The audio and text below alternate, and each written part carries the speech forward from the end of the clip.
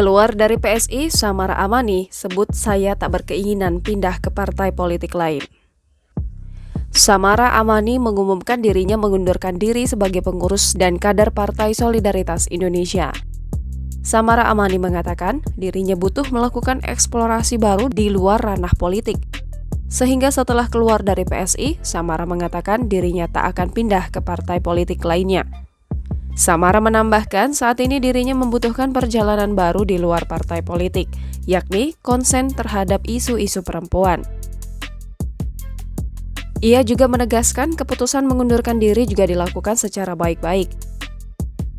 Samara mengatakan tidak ada konflik ataupun perbedaan pandangan dalam keputusannya keluar dari PSI.